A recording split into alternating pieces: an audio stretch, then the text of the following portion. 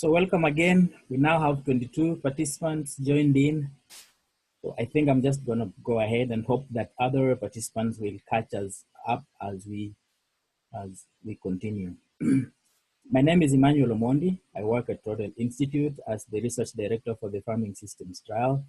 And I'm gonna be giving this presentation on soil health and organic production with an emphasis on some of the lessons we've learned from the farming systems trial, which is the longest running side-by-side comparison of organic and conventional farming methods.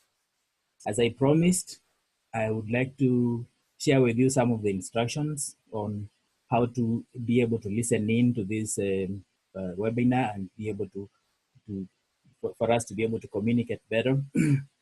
I mentioned at the beginning that I can't hear you. You are all muted, just so that we don't have to deal with background noises. If you need to send a question, please use the chat options. I'll be able to see those questions, and I will answer those questions at the end of this presentation. If I'll not be able to get to your questions today, I'll give you my contact information at the end of this presentation. You can send me an email, and I can be able to answer those questions. If I'm not for some reason audible to you, if you can't hear me well enough, on the left side of your screen, there are some audio settings. Please go there and click on the audio settings there and increase your volume so that you can be able to hear me better. If you have other problems as the presentations continue, you can please feel free to call Maria Pope, who is our education coordinator, at the phone number given over there, 610-683-1481, and she'll be able to get back with you right away and resolve any issues that might come along the way. As I just as an outline of what I'm going to discuss with you today, this presentation, while dealing with soil health and organic production, it's going to focus mostly on the farming systems trial. So I'm going to give a brief historical background of the same of the farming systems trial in the context of its relationship and influence on soil health and crop productivity. I'll share with you some of the key results that we've seen over the years, some of the lessons we've learned along the way, the challenges we have encountered and continue to encounter, and some of the ways that we're dealing with those challenges, and some of the success stories that I'll also share with you. I'll also share with you some of the primary practices that we are testing or using at the farming systems trial, including crop rotations, cover cropping, weed control, and reduced tillage. The farming systems trial is the longest running side-by-side comparison of organic and conventional farming methods, as I mentioned at the beginning. It started off in 1981 as a feasibility study. The objective of our starting this trial was really to provide data and information that would be useful to growers that were practicing organic farming, and also to growers that were planning to transition from conventional to organic.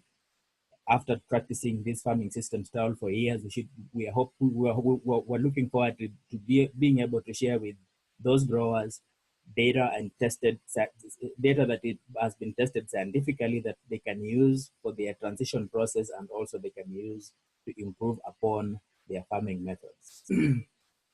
It's a grain-based system with corn and soybeans being the main crops, even though we also have other grains in the rotation at the farming systems trial. This is as opposed to a more recently established vegetable systems trial, which has the same design as the grain-based farming systems trial, that based on vegetables. The data from the farming systems trial since 1981, when we started up to now, has actually established the potential of organic agriculture to improve soil and water quality while producing yields and net returns that are, on the most part, not statistically different from conventional. In fact, during the years of drought, the data from the farming systems trial have shown that organic performs much better than the conventional methods. There are three main systems that we are trialing or testing at the farming systems trial. we have two organic systems and one conventional systems. We have an organic manure system, which represents an organic dairy or beef operation. And as the name suggests, it relies on composted manure as the main source of fertilizer. We have an organic legume system, which represents an organic cash grain operations. Again, it's a legume system, meaning that the nitrogen or the fertilizers that are required for this system entirely comes from leguminous cover crops and other cover crops in the rotation. The conventional system, as the name suggests, relies on agrochemicals, both for providing fertilizers and also synthetic and also herbicides for weed control. In 2008, we introduced reduced till, actually no till, in all three systems. That means now we have 6 systems. Half of the systems are under tilled systems and the other half no till. We also introduced genetically modified crops in the conventional system. This is important because the majority of growers that are practicing conventional farming are growing genetically modified crops. Being a research institution that Rodale is, we are not biased. We want to make sure that the systems that we are comparing are actually including the actual practices that the growers are utilizing out there in the field. The no-till systems in the organic relies on a roller crimper. I'm going to be showing a video, a very brief video clip, so that for those of you who are not familiar with the roller crimper, at least you'll be able to have an idea of how it operates today. So we use the roller crimper for rolling down cover crops, and then those cover crops having been rolled down are terminated and forms a thick mulch that controls weeds season long. Of course, for the conventional systems, we use herbicides for controlling weeds. Some of the research areas that the farming systems tell, some of the things we are monitoring closely include yields, of course, the soil health, soil fertility, and so on. The water quality and quantity, we have some lysimeters that are within the farming system trial treatments where we collect water periodically and test those for quality. For example, we want to see how much of the chemicals we are using in the conventional systems are actually getting into the groundwater. We also analyzing for energy and also monitoring the economic of the 3 systems that we are testing. 6 systems now because we have also tilled and no till. When the farming systems trial started in 1981, we saw something that is most growers also see. Usually there is a normal lag time of a few years when you're changing from one system to another, be it transitioning from conventional to organic or transitioning from tilled to no till. There's normally a lag time when the soil homogenizes with the new systems or get accustomed to the new systems that you're changing it to. In the case of the farming systems trial, whereby we're transitioning from conventional to organic, when a farm has been in a conventional system for a long period of time, the soil biology tends to decline, not just because of the chemicals that are used by the conventional farming, but also because of the use of monocropping. The soil microorganisms in the soil require a balanced diet just like us, and that can be achieved by providing them with the crop rotations of different crops, which would then increase the diversity and the and the populations of the soil microorganisms in the soil. So with monocropping and the use of herbicides and other chemicals, the soil biology goes down, and for the soil to recover when you stop using those agrochemicals, it takes time before you begin seeing yields that you would expect to provide a profit under the new organic systems. This is what we saw when the farming systems trial started in 1981. For the first 3 years, there was a decline in yields. But from that point on, from actually 1986 up to now, yields in the organic systems have not been statistically different from those from the conventional system. In fact, during years of drought, we have seen yields that have been up to 31% greater in the organic systems compared to the conventional system. Here's just a combined chart that shows here we took an average of the grains, the wheat, corn, oats, and soybeans, all the grains that are grown at the farming systems trial, and compared them for yield, for revenue, for expenses, and profits. Of these three systems, the organic is the brown one, the green one is the legumes, and the grayish one is the conventional. The legume tends to yield the lowest because of the fact that the inputs going into the legume systems are lowest compared to the others.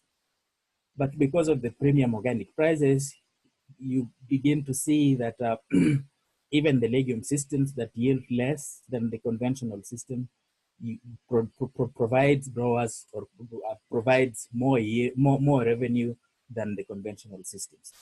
After you take out the profits, the expenses, the profits of the legume and organic systems are 3 to 6 times greater than the conventional system. So actually the organic system is more profitable at the end of the day than the conventional system. The only problem is most growers, they think of productivity in terms of yield more so than in terms of income that they're getting at the end of the day. We are hoping that with the Rodale Institute and the work we are doing at the Farming Systems Trial, that we might be able to influence a paradigm shift so that growers begin to think of the bottom line, how much money are they getting from their farming operations, rather than just a major focus on how much bushels per acre are they getting out of their farming operations. I mentioned that the organic system is especially profitable or produces better during years of drought. For example, between 1988 and 1999, there was a major drought in this part of the world. And during that time period, the organic corn actually yielded 31% more than the conventional. The soybean yields were twice more than the conventional. During that time period, the growing period, there was only 13 inches of rain. In this region, we usually get 43 inches. Here's a picture that we took in 1995 in the middle of one of those drought years. And you can see the photo on the left, on your left, is the organic, is one of the organic plots, and on your right is one of the conventional plots. Now, in this region, organic corn tend to be planted 2 to 3 weeks after the conventional corn has been planted. The reason for that is the conventional seed is usually coated with pesticides, so such that the conventional growers can be able to plant their seeds earlier and not be affected by soil-borne diseases that tend to be prevalent at the beginning of the growing season when the soil begins to warm up and those pests become active. This is why most organic growers prefer to grow their seed later. So this organic corn actually was grown 3 weeks later than the conventional corn, but it looked like it was grown 3 weeks earlier. That's just that year there was a drought year, and it seems like the drought seemed to have affected the conventional system more than the organic system. This wasn't just in 1995. I joined Rodale Institute in the year 2015. I've only been here about 2.5, going to 3 years now. And in both years, 2015 and 2016, there was a lot of rain at the beginning of the growing season, followed by drought. This is a picture that I took in September of 2016. And as you can see, the picture on the left, which is an organic legume from one of the organic legume plots, it seems to be faring, the corn there seems to be faring better than the picture on the right from a conventional plot. A close-up of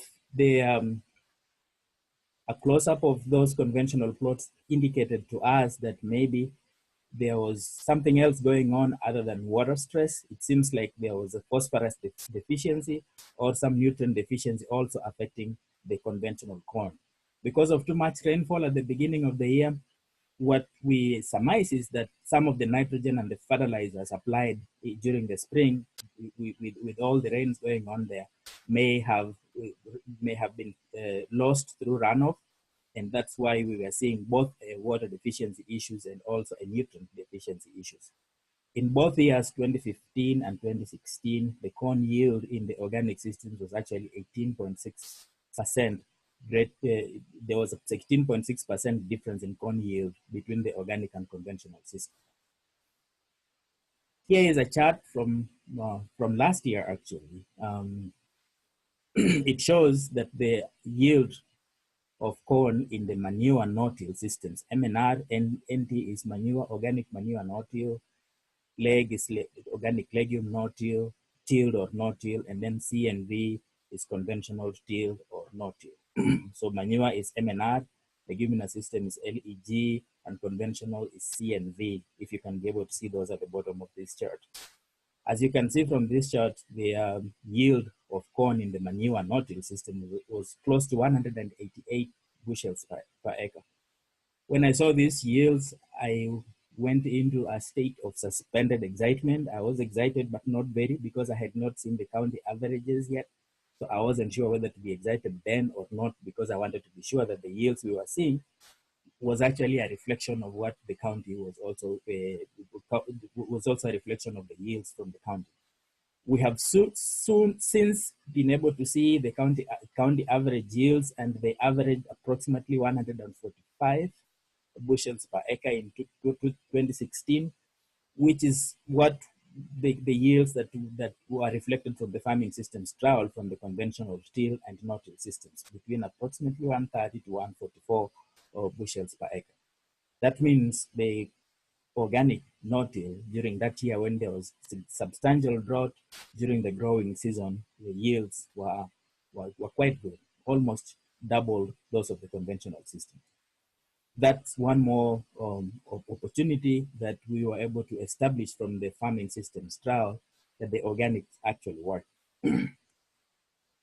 Now, why are we seeing those differences in yields, especially during the drought years? Why is it that the organic system seem to be more resilient than the conventional systems, especially in adversity, in areas when there is both when there is biotic and abiotic stresses? One of the reasons is because of soil organic matter. One of those that we have, one of the parameters that we have been monitoring from the farming systems trial is soil carbon, soil nitrogen, and soil organic matter. Between 1981 and 2013, we are still analyzing data from 2014 up to now. But up to 2013, you can see that the soil organic matter from the two organic systems actually rose from about 3% in 1981 to about 4.45 in the organic manure system. The increase in the organic legume system declined a little bit between 2004 and 2013, but not as much as the conventional system. We have preliminary data that is indicating that the soil organic matter in the two organic systems are actually now, or both of them, above 5%.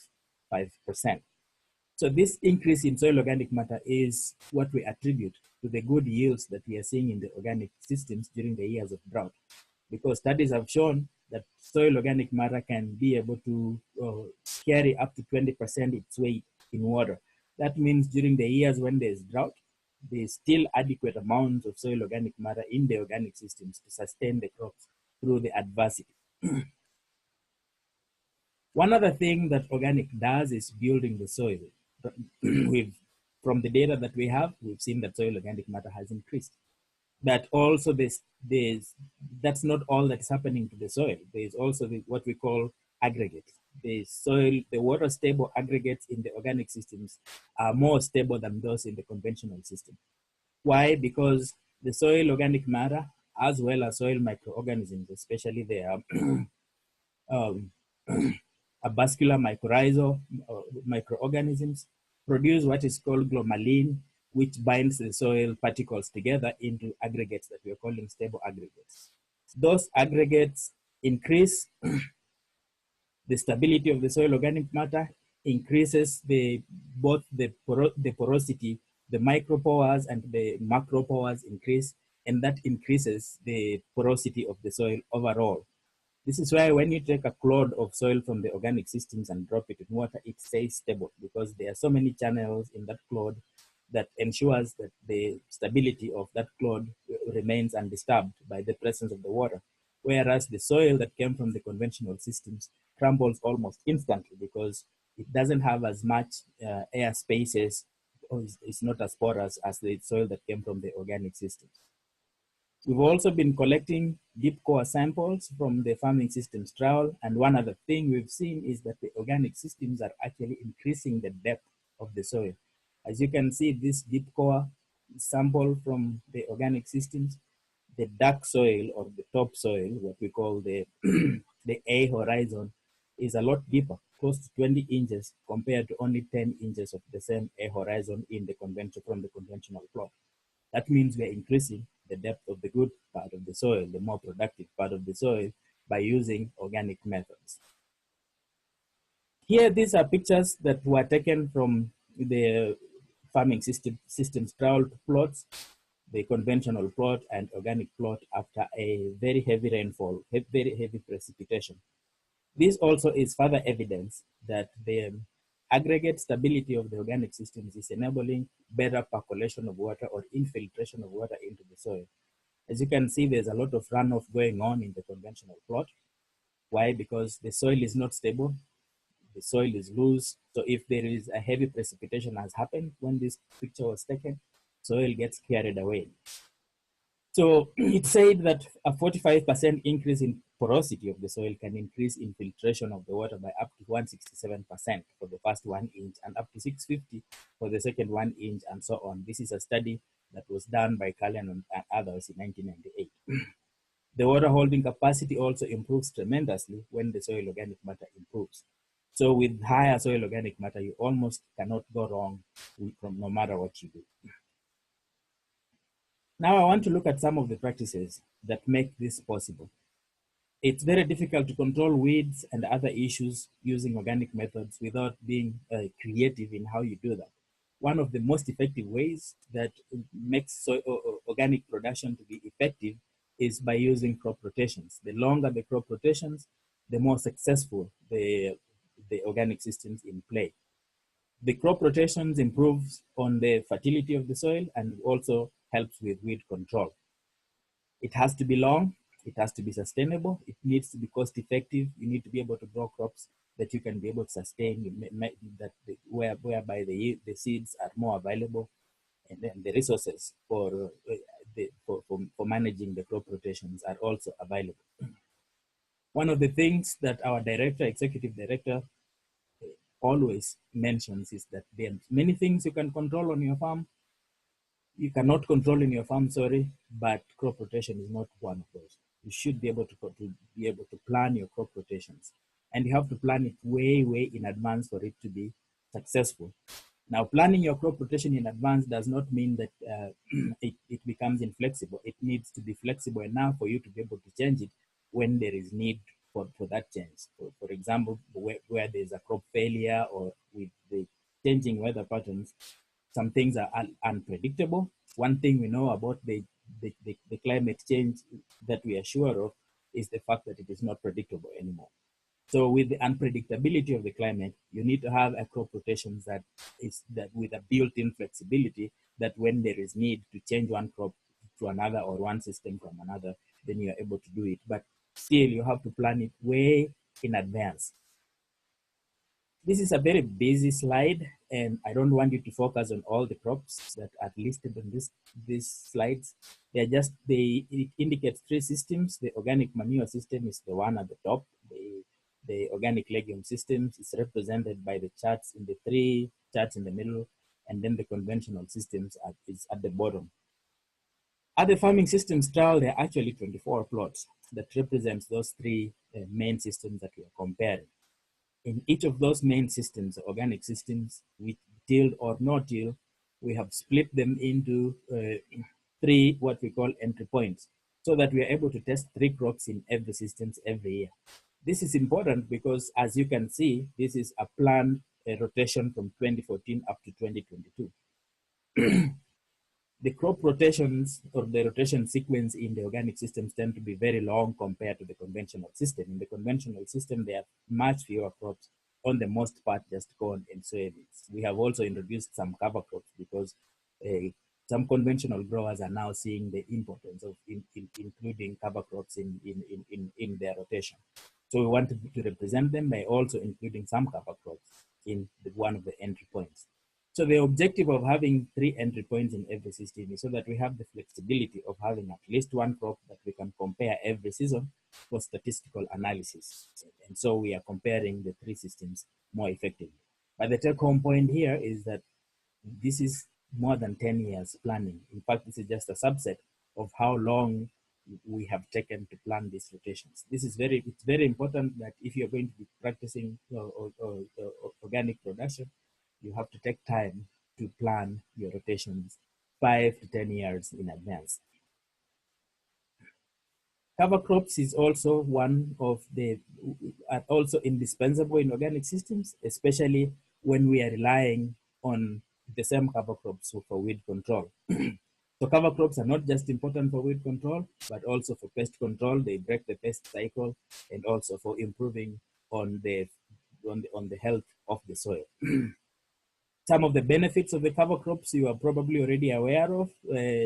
Helps a lot with erosion control just by the presence, the physical presence of the cover crop themselves, and some of the things that the cover crops can do.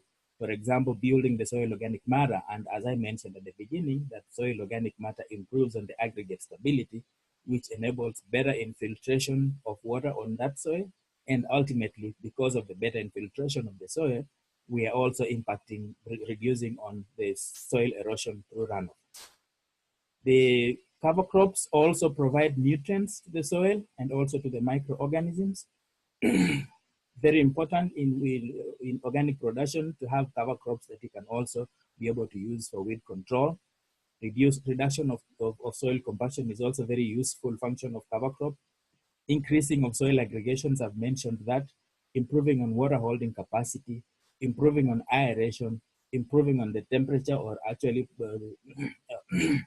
making sure that the temperature kind of buffers the temperature. On the most part, cover crops become very useful during the hot weather conditions by reducing the temperatures a little bit. There are many other benefits of cover crop, but I will not be able to cover all of them today. To be able, again, just like in crop rotations, we have to plan well what cover crops we are going to use.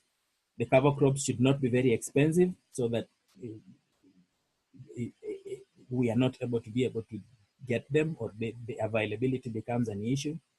They should be easily established, because if you're going to buy a cover crop that cannot get established, then it beats the purpose for what you are getting the cover crop. They should be highly productive.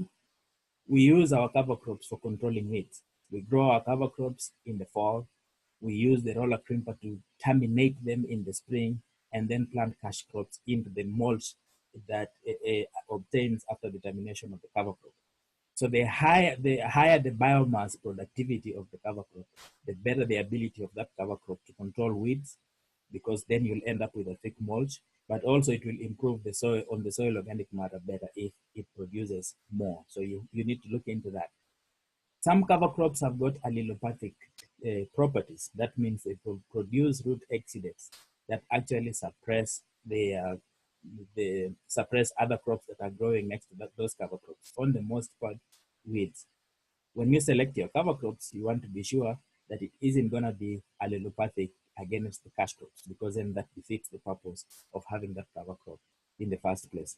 We have found that cereal rye has got excellent allelopathic properties against most weeds, but it doesn't affect the other crops in the rotations. Some cover crops are nitrogen fixing, which is awesome, because then they can add into the nitrogen requirements for some of the crops that we have in the rotation. These are some of the most common cover crops that we have at the Farming Systems Trial. We have clovers, not just crimson clover, but all. We have medium red clover, ladino clovers, and all other several other species of clovers that we are growing at Rodale Institute. Hairy vetch and cereal rye are most common for corn and soybeans, and I'll explain that a little bit more, especially when I show that video clip. We normally match hairy vetch with corn because it fixes nitrogen, and it also provides a cover crop that can be terminated easily. The branches of the hairy vetch are easy to terminate using the roller crimper. Makes a very thick mulch that can control weeds while providing nitrogen fertilizer at the same time.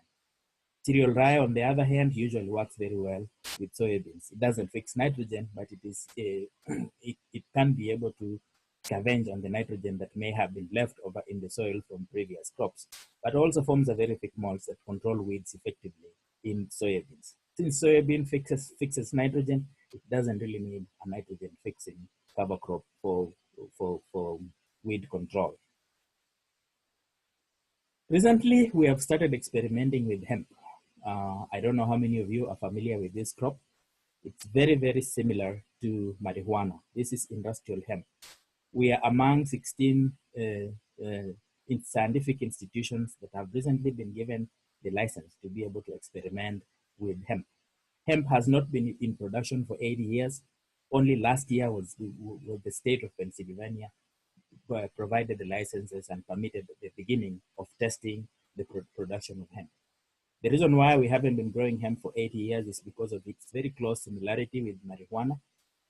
I'm told that 80 years ago, when people were growing marijuana as an illicit drug, the police had a hard time differentiating between industrial hemp and marijuana. That's why both crops, anything hemp, was made illegal 80 years ago.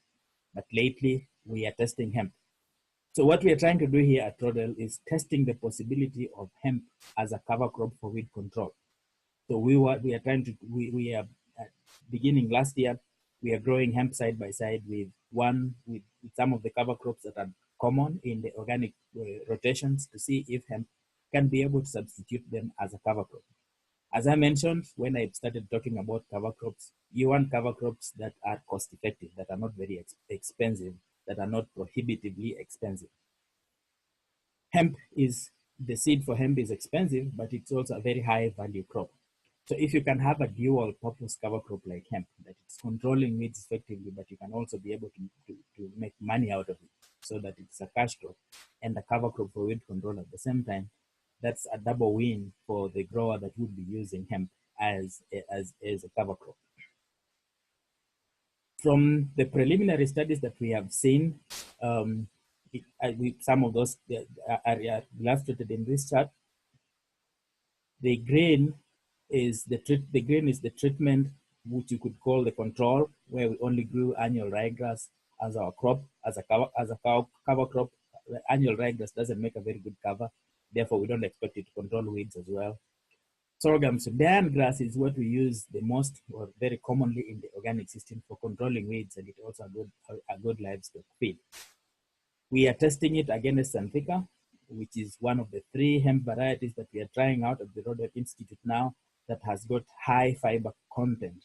And what we have seen is that, especially with regard to foxtail grass, that the effectiveness of both sorghum and Xanthica for controlling, especially this very troublesome weed, there's no statistical difference between the 2 of them in controlling this weed, and also in controlling hairy galisonga, smartweed, and even nutsedge. We see the same with regard to other weeds, such as ragweed and pigweed. Pigweed is very troublesome in this area as well, and ragweed is especially problematic in oats when you're growing oats. Now, the reason why you're seeing these differences is because these are weed density. The pigweeds and ragweeds tend to be very big crops. We were taking these samples from just using a half a meter square quadrant. That means we are only able to get a few plants of pigweeds within that half meter quadrant. But we've also collected, some biomass samples from those same plots where we are collecting the samples, and the biomass content of the weeds is going to tell a better story than we are seeing from this weed density chart that I'm sharing with you today. I'm seeing 2 questions. If you could hang on to your question, I'll answer those questions as soon as I'm done, and I'm getting close to that. This is just a picture. We were recently visited by Pennsylvania Agriculture Secretary Russell Redding. They're the ones that gave us this permit for doing this test of the hemp. But we are looking at hemp both as a variety. We are testing it for. We have a variety trial and also a weed suppression trial. Talking of weed suppression, I want to briefly and very quickly talk about some of the methods we are using for controlling weeds. I should mention at this point that data from the farming systems trial have shown that the organic systems are more resilient towards weed than the conventional system. In fact, research that was carried at the farming systems trial in 2010 indicated that while there was significantly more weeds in the organic systems compared to the conventional systems, the yields between the organic and conventional were a statistical tie.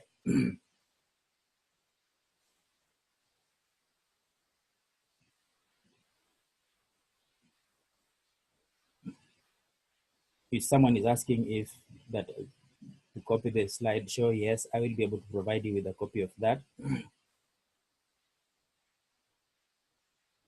Soil and organic matter decline between 2004 and 2006. I'll address that at the end of the meeting if you don't mind. And how the cover crops are incorporated, I'll also address that at the end of this presentation.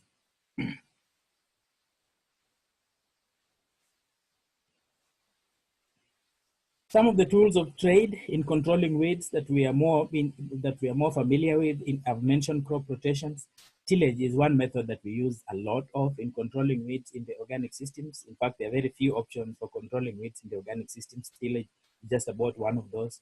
We've talked about mulches. We've talked about the use of cover crops, roller crimper. Grazing can sometimes help. Cultivators, all kinds of cultivators. We've even tried flames for controlling weeds. And sometimes organic herbicides have been designed to control weeds as well. Some of the basic requirements for controlling weeds are you want to give the cash crop an advantage. That means you want to take off weeds as early as possible so that they do not affect the productivity of your crop. You want to keep the weeds on the defensive by some of those methods that I've mentioned for controlling them.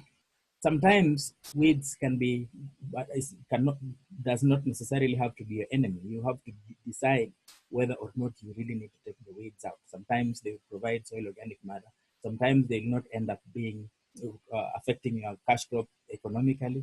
In fact, we are carrying out an economic weed density study to determine the economic threshold level above which the economic productivity of your cash crop would be affected, and therefore you have to control that weeds, and below which it's not necessary to spend money controlling the weeds, because at the end of the day you're wasting your money. The weeds is not going to affect the cash crop to justify controlling those. So these are some of the things that growers need to be aware of. Sometimes you want to take out weeds before you can see them. That's why we call blind cultivation. We have special tools for taking weeds, pulling weeds out of the soil just when they're in the seedling stage, such as shown in this picture. Some of those tools include the rotary hoe, which would be able to take out most of those weed seedlings as they just begin to emerge. Another tool that can be used for doing that is a tine weeder, which when you drive equipment fast through the plots, it should be able to take out most of those weeds that have not started, that are in the seedling stage. I've mentioned flame weeding, and engineers are becoming very creative in the way they can use the flame to control weeds as one more options in the grower's toolbox for controlling weeds. We have all kinds of cultivators, some of them drawn by animals, but the majority of them using tractors for weeding, for controlling weeds in the farm. So at the end of the day, cultivators is what we use a lot for controlling weeds in the organic system. While cultivation is just about one of the methods that is available and that has been used for generations to control weeds, cultivation has got its drawbacks. If you repeatedly cultivate so many passes of the equipment onto the fields, it can result in the soil structure becoming so weak that just a small downpour of rainfall or precipitation would result in all this runoff erosion going on. It gets so bad sometimes that the structure becomes so bad that equipment have been known to sink into the soil whose structure has completely been damaged by several tillage cultivations.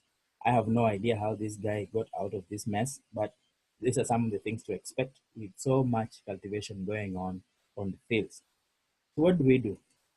Of late, we've been trying to not just us, but all the growers around the world are trying to look for ways in which we can limit the amount of tillage that are involved, not just in the organic systems, but also in the conventional system.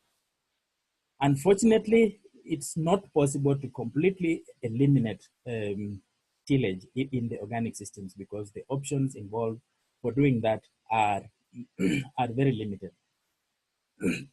Therefore, there are methods that the organic growers have got to use to be able to limit some of the tillage that is involved.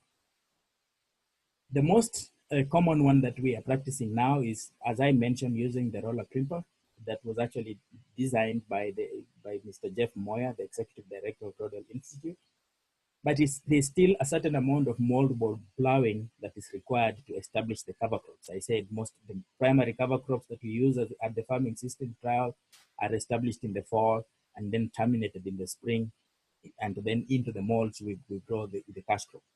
Now, to establish, because most cover crops are small seeded, to establish a good soil contact with the cover crop seed, a certain amount of plowing is still necessary. So there's a lot of research that is ongoing to be able to come up with ways and means for reducing the amount of tillage that is going into the reduced tillage operations.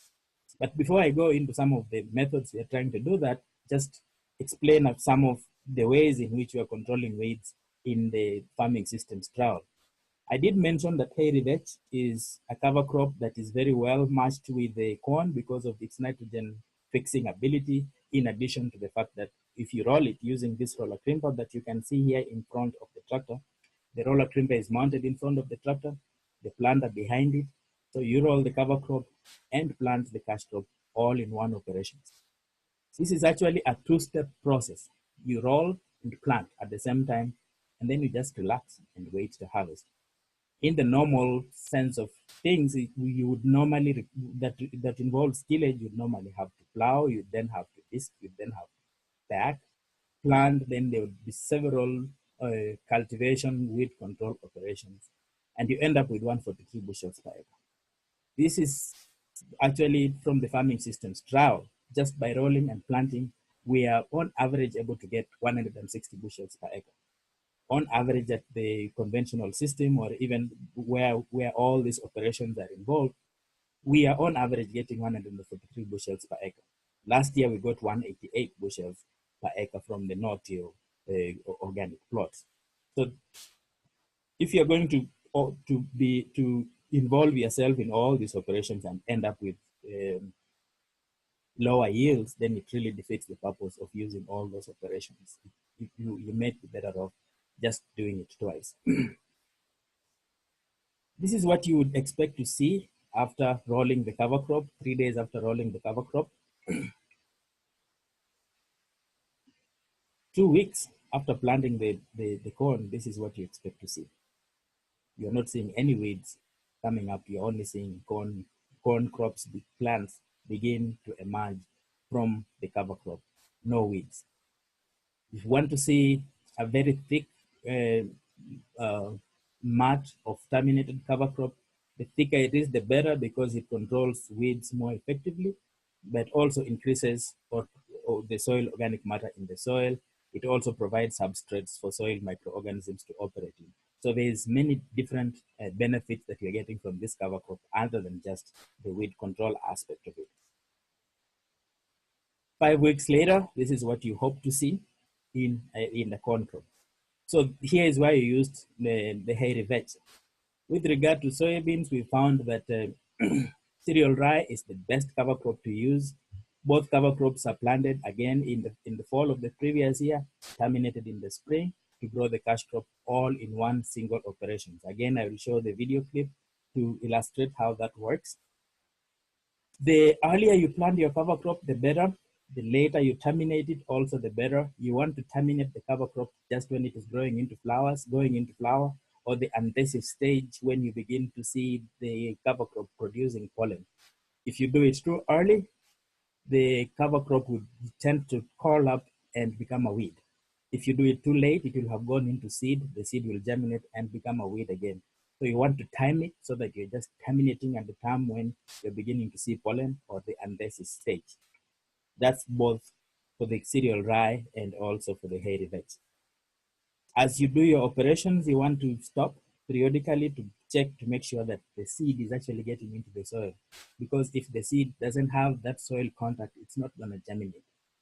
Like this seed that you can see here, this is a soybean seed, and this is another soybean seed. If you can see my cursor, those two seeds didn't get into the soil. There's no soil contact to them. They are not likely to germinate. So you want to make sure that they are getting into the soil. If they are not, there are other options you can use.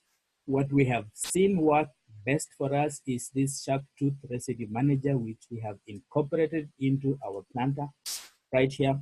So this residue manager moves the cover crops mulch aside and enables better incorporation of seed into the soil. We've also weighted down our planters to be able to make the planter a little bit heavier than the conventional planters to be able to push the seed better into through the thick cover crops that they obtain from the roller crimping activity. The residue manager needs to be adjusted. If it is too deep, it would leave big gaps on the seed row, which can invite lots of weeds coming in. So you have to adjust it so that you have this kind of results where the seed rows are covered just well enough to have the seed into the soil without creating too many gaps for weeds to come in. This is what you want to see from a successful from a successfully terminated cereal rye crop. But this is not what you always see. Sometimes this is what ends up happening. Using cover crop for controlling weeds, timing is everything. You have to make sure that the cover crop was planted in good amount of time and also terminated in good amount of time so that you don't end up with this. But then sometimes climate also comes in, like when you have too much rainfall happening at the time when you're planting, you may end up with weeds. When this happens, what do you do? Do you give up? No, you don't give up. There are options for controlling weeds in the no-till organic methods that I'll share with you. But at this point, I just want to show the importance of timing from a study that was carried out here at Rodale Institute in collaboration with Penn State University. We were able to show that the earlier you're able to plant your cover crop and the better you're able to get higher biomass concentration, biomass content, and that would tend to control your weeds better. These three were planted earlier than these other ones. These ones were actually planted on October 15. This was planted on August 25. And you can see just by visually that the one that was planted earlier has a lot more cover crop coming up than the one that was planted late. So the earlier you plant this cover crop and the later you terminate them, the better the results. Now, when you end up with this situation, what do?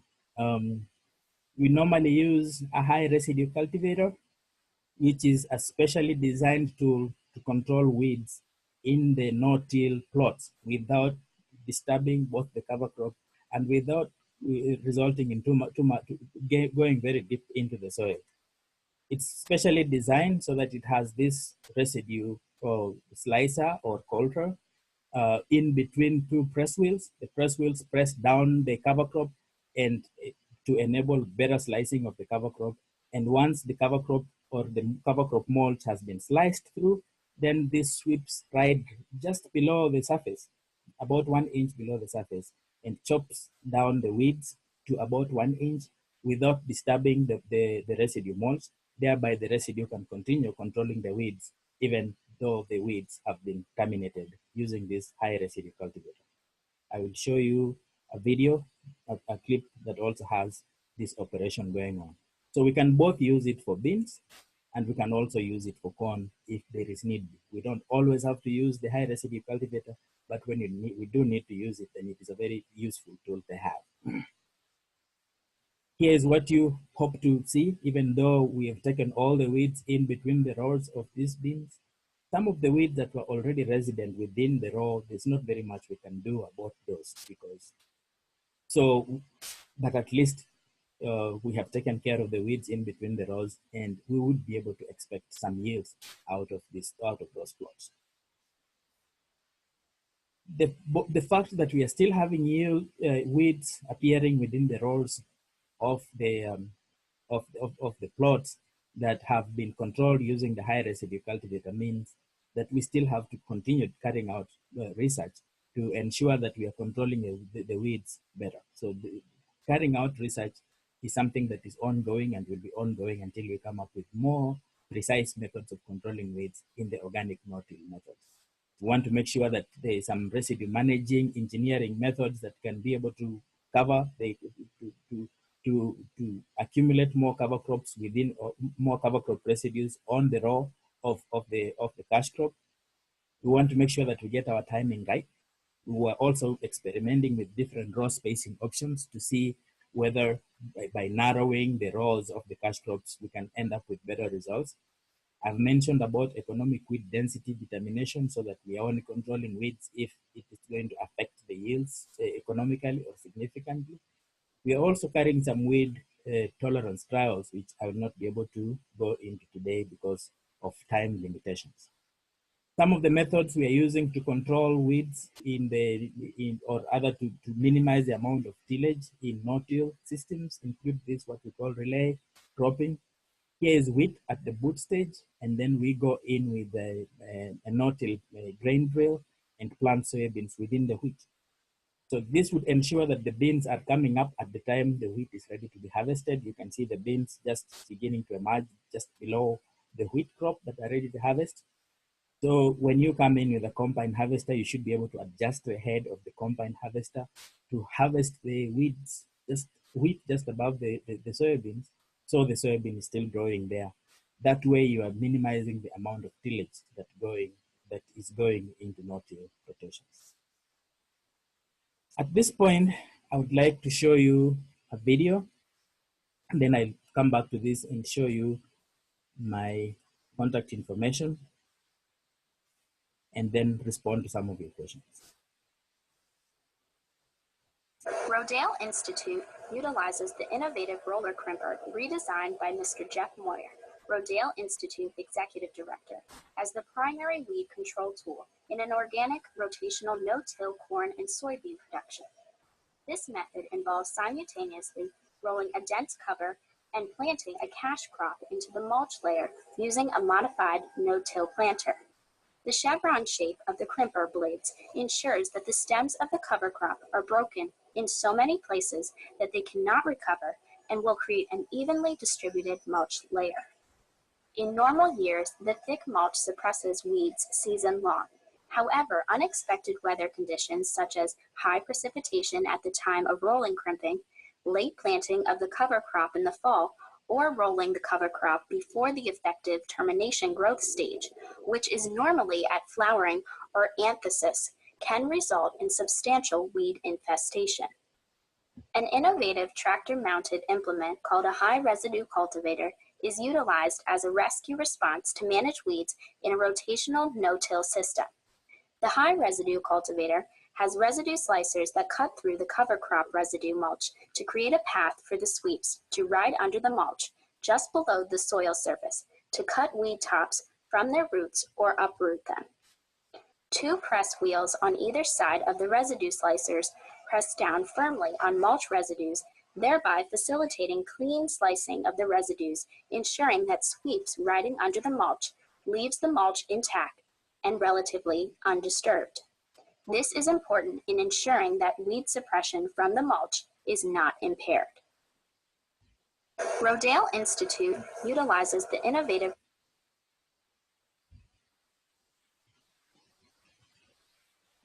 Thank you very much, and I will try to respond. We are left with about 4 minutes. I will respond to some of the questions that I see here. And for those questions that I will not be able to respond to today, I urge you to send me an email. I've given my contact information over here. Send me an email and I'll be able to respond to them later. There's a question here that I've been asked: what caused soil organic matter decrease between 2004 and 2006. We are still looking into that. I'm not sure what the reason for that decline in soil organic matter between 2004 and 2006. We are attributing it to the changes in this, as the changes in the cover crops or the crop rotation sequences that we had between 2004 and 2006, especially in the organic legume or systems, and that may have been the reason for the decline in soil organic matter, especially in the organic legume systems between those years. I'll be able to give you a more detailed response to that if you send me an email, and because we have now run out of time. There's also a request here for a copy of the slideshow. The Jane is saying that she's taking notes, but not able to capture all the details fast enough. It means I was probably too fast. I'm sorry about that. If you send me an email, I'll be able to send you a copy of a PDF copy of my presentation. There's a question here that asking how the cover crops are incorporated.